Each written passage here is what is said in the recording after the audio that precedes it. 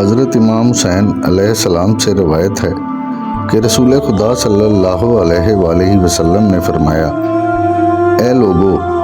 جو شخص تمہارے سامنے زبان سے ایمان کا اقرار کرے اس کے دل کے ایمان کے بارے میں سوال نہ کرو اور مومنین کے عیب تلاش نہ کرو